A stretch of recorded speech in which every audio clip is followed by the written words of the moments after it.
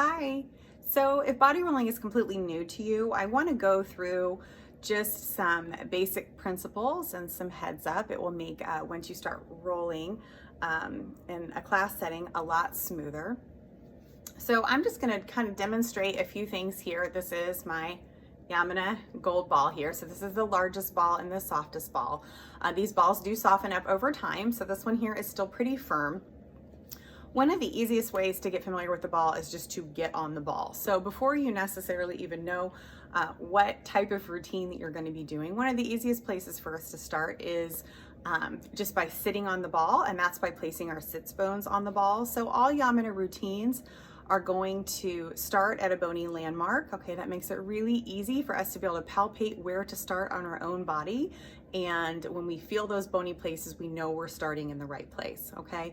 We always start at bone and stay there for a little bit. You know, first off, that's kind of cueing our body to tune into that spot, but it's also stimulating that muscle origin, okay? All of our muscles start at a bony landmark and are attached by tendons to bone or to usually pretty dense connective tissue. So starting with bone, we're going to signal some blood flow to that area. We're going to be stimulating that area, which in hopes is bringing some blood flow and just starting to get that area to wake up, so to say. So we just are going to start out sitting on the ball on our sits bone. So what's our sits bone? Sits bones, we have two of them. There's really truly our ischial tuberosities, which are part of our pelvis.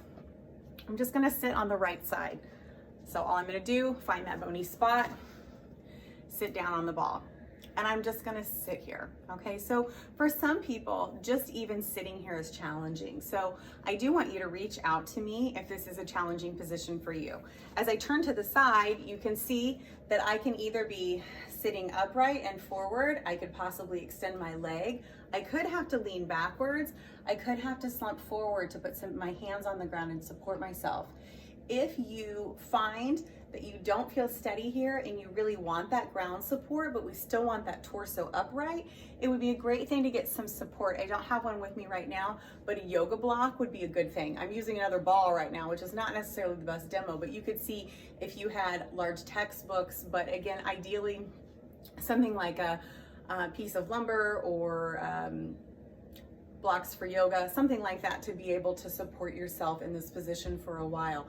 But the other thing that I want to point out just in sitting here is you will start to notice over time is that sometimes other muscles will start to activate in order to keep you even in a pretty simple position. And so it becomes very easy to understand how Yamuna body rolling does stimulate some strength and tone throughout the entire core, because even as I'm sitting here and talking to you right now, and this feels like a really comfortable position for me, my body is still working differently than if I was sitting on a flat surface. But from here, once we're sitting on the ball, what I want you to do, which sounds kind of funny, is just to let yourself fall off the ball.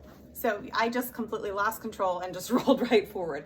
And you can see that I'm fine. Same thing if I fall this way. And the point of this is just to kind of get over it, you know, get over that fear of what if I do this wrong, or you really are not going to get hurt coming off of these balls. And so that's the point of really just getting up here, getting on the ball and seeing what things feel like.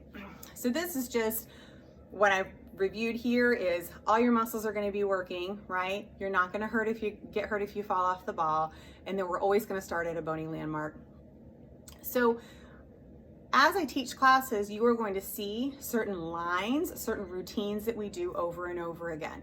The good news is at the end of the day, you're not going to do this wrong. So it's very intuitive work.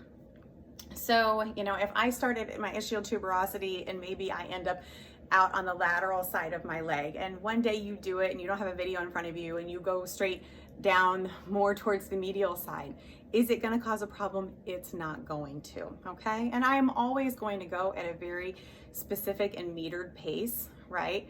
Sometimes I actually may go too fast or too slow or change paces from one side to the other just because I'm distracted. The pace is always intentionally slow, but with that being said, you're always welcome to stay if you find a spot that is really speaking to you. So say, again, to make it simple, we're going through the hamstrings. As soon as we drop off bone and land in tendon, your body just goes, whoa, this is really a place that needs me to stay. Meanwhile, I'm rolling on to the next spot. Feel free to stay there and hang out and take some breaths and let your body sink. So that brings me to the topic of sinking. So you're going to hear me say the word sink over and over again. And what do I mean by that? Sinking means really letting your weight come down into the ball. So when I say sink, a couple things can happen. I'm usually going to cue that to you on an exhale. So sometimes on an inhale, I may cue you to lengthen or stretch, and then sink. We really are, our intention is coming down. We are letting our weight release into the ball, and we are letting our tissues as much as we can melt around the ball at that point. That doesn't mean that we are like, when I say sink, it means like, I don't know, like you have to push against something to try to get your weight down. It means let go and just really let your weight come down into the ball when I say sink. You're also going to hear me cue you to sink before we move. And the reason why I do that is because we want to create traction. So if we imagine, again, I'm just going to stick with a hamstring muscle, right? Because we have a couple, but we're just going to think of them as a group. Hamstring running from sits bone down past the knee. If the ball is starting on the sits bone, right, and we move the body back, we want to keep weight on the ball, right? We want to imagine that the ball is grabbing the muscle as we shift our body back, and it is lengthening the muscle away from its origin. So when we shift positions, okay, so no matter what position we're in, we're up here on our greater trochanter and we're moving down the leg, right? No matter where we are moving from, as we move, we don't want to pick our body up and plop it back down. We want to keep our weight down into the ball and move on top of the ball while keeping pressure on the ball, okay? By doing that, we're tractioning the tissue, we're creating length, okay? So again, will you get benefit if you pop up and move? Sure, but you're gonna get a lot more benefit if you keep that traction on the ball